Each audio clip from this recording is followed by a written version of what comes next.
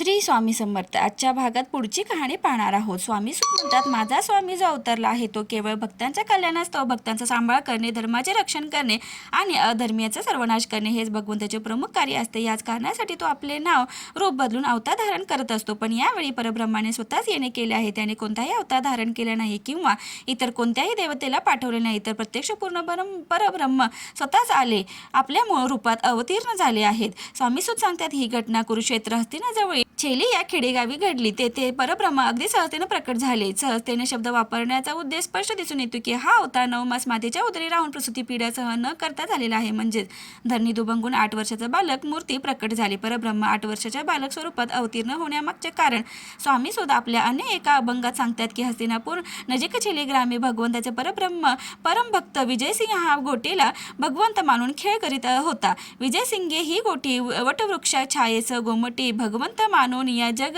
जेठी मांडोनी या खेळतचे नाव घेऊन भगवंताची गोटी आहे कौतुक त्याचे. असा खेळ तो बालक खेळत असताना पुढे काय करत आहे पहा. एकटाच बोले आपसात, म्हणे देव बाप्पा खेळ वेगी. असे म्हणत तो बालक स्वतःचा आणि भगवंताचा असे दोन्ही डाव स्वतःच खेळत होता. आपण आणि आपले परमेश्वर वेगळे आहोत भावनाच त्याच्याच नसल्यामुळे तो हा खेळ खेळत होता. शेवटी आपण निष्पाप आणि निर्मळ मनाच्या बालकाने अंतःकरण ओळखून आणि आपली प्रकट होण्याची योग्य वेळ आली आहे हे जाणून स्वामींनी प्रकट होण्याचे ठरवले. एकदा प्रकट होण्याचे ठरवले की मग क्षणाचाही विचार न करता स्वामी महाराज हे भगवत स्वरूपात नित्यमग्न असलेल्या 8 वर्षाच्या विजयसिंगाच्या निमित्ताने वटवृक्षाच्या झाडाखाली असलेल्या श्री गणेशाच्या साक्षीने परब्रह्म स्वरूपात प्रकटले. प्रकट झाल्यानंतर श्री स्वामी महाराज आपल्या विजयसिंग या भक्तासोबत गोट्या खेळण्याची लीला दाखवित होते.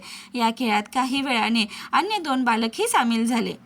आता स्वामी म्हणतात, स्वामी महाराज विजयसिंग, रामसिंग आणि हरिसिंग असे चौघे मिळून हा गोट्याचा खेळ खेळत होते. यातील हरिसिंग हाच पुढील जन्मात हरिभाऊ म्हणून जन्माला आले व स्वामीसुत होऊन आपल्या मागील जन्मातील आठवणी कथन करू लागले. खेळताना स्वामी महाराज खूपच हट्ट करत होते. आपल्या मर्जीप्रमाणे वागत होते. स्वामींचा हा मनमानी खेळ व हेकेखोरपणा पाहून त्या वडाखाली असलेल्या मंदिरातील श्री वक्रतुंड गणेश हा स्वामींच्या या अद्भुत लीलेचे कौतुक करीत मोठमोठ्याने हास्य करीत आपल्या देवळातून बाहेर चालत आला. बाहेर येऊन तोही लालामोजीने पाहत उभा राहिले. सर्वजण गोटी खेळण्यातून दंगून गेले. स्वामी महाराज मोठ्याने हास्य करीत अगदी लहान होऊन तल्लीनतेने हा खेळ खेळू लागले. श्री गणेश भगवान आपली सोंड प्रेमाने गदागदा हलवून मोठ्याने हास्य करत या खेळाचा आनंद घेत होते. मुलांचा दंगा, स्वामींचा आणि गणेशाचा हास्य आवाज ऐकून इतर देवतांनाही याबद्दल कुतूहल निर्माण झाले. आकाशात उभे राहून सर्व देवता व अजब खेळ पाहण्याचा गर्दी करायला लागल्या होत्या. तेवढ्यात मुलांच्या बाजूलाच असलेल्या मंदिराच्या एका खांबातून श्री भगवान विष्णू प्रकट झाले. तर स्वामींनी फेकलेल्या एका मधून श्री दत्तात्रेय भगवान गोटी फोडून बाहेर आले. स्वामींच्या या कृत्याने धरणी माता कंप पाहू लागली. तसात मग इतर देवताही आकाशातून हा दिव्य खेळ पाहत पुष्पवृष्टी करत होते. यक्ष, गंधर्व, किन्नर नृत्य करत होते. हे होत असतानाच विजयसिंग स्वामींचा एक गोटी जिंकत होता. लगेच स्वामींच्या हातात एक नवी गोटी येत होती. थोड्या वेळाने तेथे गोट्यांचा खूप मोठा ढीग जमा झाला. हे दृश्य पाहून विजयसिंग चकित होऊ लागला. स्वामी मायेने सर्वत्र एक गोटी दिसू लागली. शेवटी ती स्वामीच्या हातात ती शोभून दिसू लागली. आजूबाजूला सगळीकडे रानोमाळ गोट्या दिसू लागल्या. हा खेळ पाहून सर्वजण मौज करत होते. संपूर्ण एक प्रहर हा खेळ स्वामींनी खेळून एक आगळी वेगळी लीला सर्वांना दाखवली. सर्वत्र मीच आहे, मी सर्वव्याप्त आहे हा संदेश स्वामींनी प्रकट होऊन दिला. प्रकट होताच गोट्यांचा खेळ खेळून परब्रह्माने आपण ब्रह्मांड नायक असून या गोट्यासारखे अनंत ब्रह्मांड माझ्या हाती असून मी त्यांच्याशी हवे तसे खेळतो. माझ्या इच्छेशिवाय काही घडू शकत नाही हाच बहुमूल्य संदेश दिला आहे. स्वामी महाराजांनी या मुलांचा उद्धार केल्यानंतर मग छेली या गावातील लोकांचा उद्धार केला व येथील ग्रामस्थांना अनेक लीला दाखवल्या. स्वामींच्या आगमनाने छेली गाव हे गोकुळ बनले. जे भाग्य गोकुळवासियांना भगवान श्रीकृष्णामुळे प्राप्त झाले तेच भाग्य छेलीवासियांना स्वामी कृपेने मिळाले.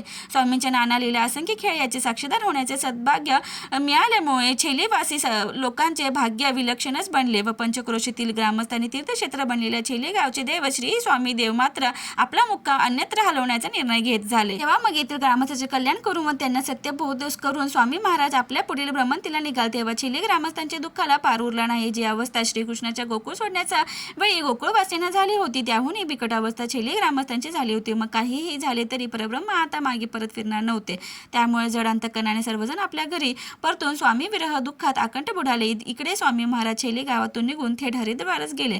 पुढे ऋषिकेश येथे जाऊन तेथील पुरोहितांमधील हरिहर भेद नाहीसा केला. हरी वेगळा आणि हर म्हणजे शिव वेगळा नसून ते दोन्ही एकच आहेत याचा दाखला देऊन तेथील काही भक्तांना आपले विश्वरूप दाखविले. यानंतर मग हिमालय पर्वतावर काही काळ निवास करून तेथून पुढे मग रुद्रप्रयाग देवप्रयागाला गेले. त्यानंतर मग काशी क्षेत्री स्वामींनी काही काळ निवास केला. त्यानंतर मग बद्रीनाथ केदारनाथ येथे भ्रमंती करून स्वामी पुढे सोमप्रयाग नरनारायण स्नान येथून पुढे मग मानस सरोवर येथे गेले. येथे काही काळ वास्तव्य करून मग स्वामी तेथून पुढे चीन आणि तिबेट या प्रदेशात गेले. येथून पुढे मग नेपाळ येथील पशुपतीनाथ येथे काही काळ निवास केला. पुढे नंतर जगन्नाथपुरी, द्वारका, गिरनार पर्वत, कलकत्ता, रामेश्वर, हैदराबाद, मुंबई, अंबेजोगाई, राजूर, पंढरपूर, हुमनाबाद, मोहोळ, मंगळवेढा, सोलापूर असे भ्रमंती करत करत शेवटी अक्कलकोटी आले व येथे स्थिर झाले. स्वामी महाराज अक्कलकोटी आल्यानंतर त्यांनी केलेल्या लीला व तेथील चरित्र हे बऱ्यापैकी उपलब्ध असल्यामुळे याबाबत जास्त काही लिहिण्याची आज आवश्यकता नाही. पण स्वामी महाराजांच्या छेली गावापासून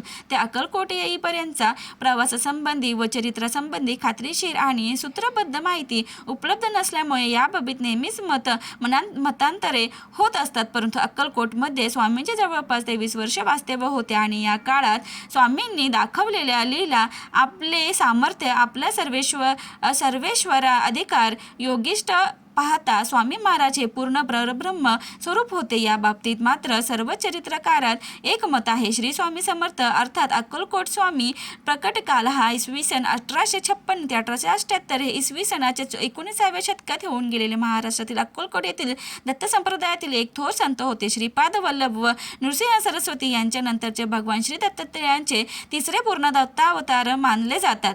गाणगापूरचे श्री नृसिंह सरस्वती हेच नंतर श्री स्वामी समर्थांच्या रूपाने प्रकट झाले अशी ही बऱ्याच भक्तांची श्रद्धा आहे. मी नृसिंह वाहन असून श्री शैलम जवळील कर्दळी वनातून आलो आहे हे स्वामींचे तोंडचे उद्गार तेच नृसिंह सरस्वतींचा अवतार असल्याचे सुचवतात. विविध ठिकाणी स्वामी विविध नावांनी वावरले. स्वामी नेहमी म्हणतात, भिवू नको, मी तुझ्या पाठीशी आहे. श्री गुरुदेव दत्त. श्री स्वामी समर्थ.